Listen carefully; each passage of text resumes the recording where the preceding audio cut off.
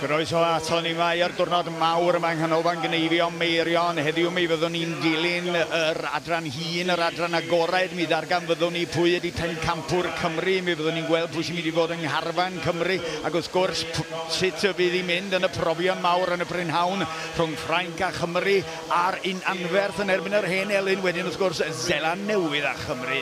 Ar un yma'n hyn, Gavin Much, cyn bencampwr byd o'r Alban. Wedyn neb ar ddau, ond ar dri Aaron Hughes, Aaron Brychyni.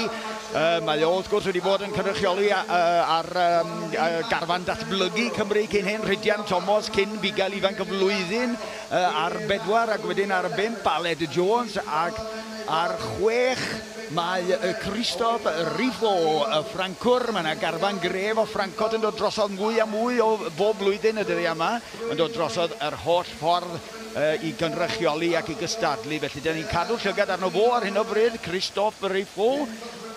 Mae fo i chi y bachgan barbog Pen Moel fan hyn sydd wedi dod yn gyfarwydd iawn i ni yma yng Nghymru dros y blynyddoedd dwytha yma.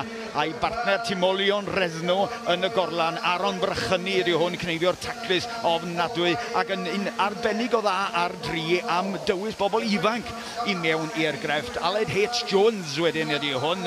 Welwch chi arno fo yn canolbwyntio ar y tansail y fanna cyn mynd rownd y gwddw holl bwysig na.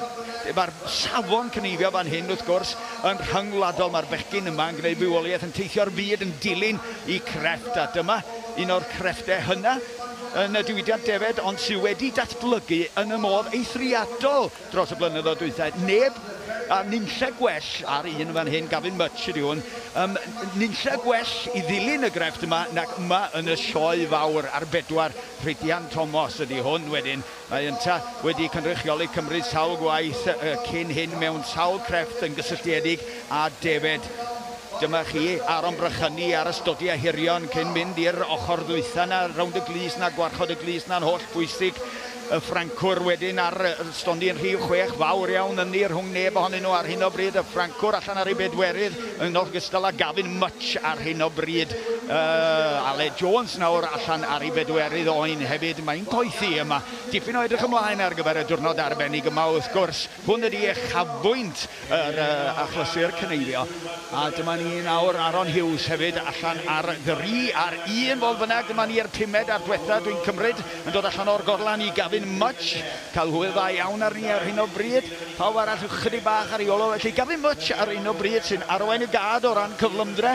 Tybed ydy'r safon gen fo am ddigon i ganiatau o fe fynd trwad. Wrth gwrs, mae yna bobl o bob gwlad o hon yn gystadleuaeth sy'n agored i bob gwlad. Ond fi fyddwn ni hefyd yn canolbwyntio ar y Cymru yn y gystadleuaeth yma, achos allan o fan hyn bydd pencampwr Cymru yn dod, sef cynrychiolydd un o gynrychiolwyr Carfan Cymru ar gyfer y blwyddyn sydd yn dod. Fydd y llall yn dod allan o'r gylchdaeth sydd yn mynd rownd y sioeau i gyd. Gawn ni glywed am hynny yn nes ymlaen yn ystod y diwrnod.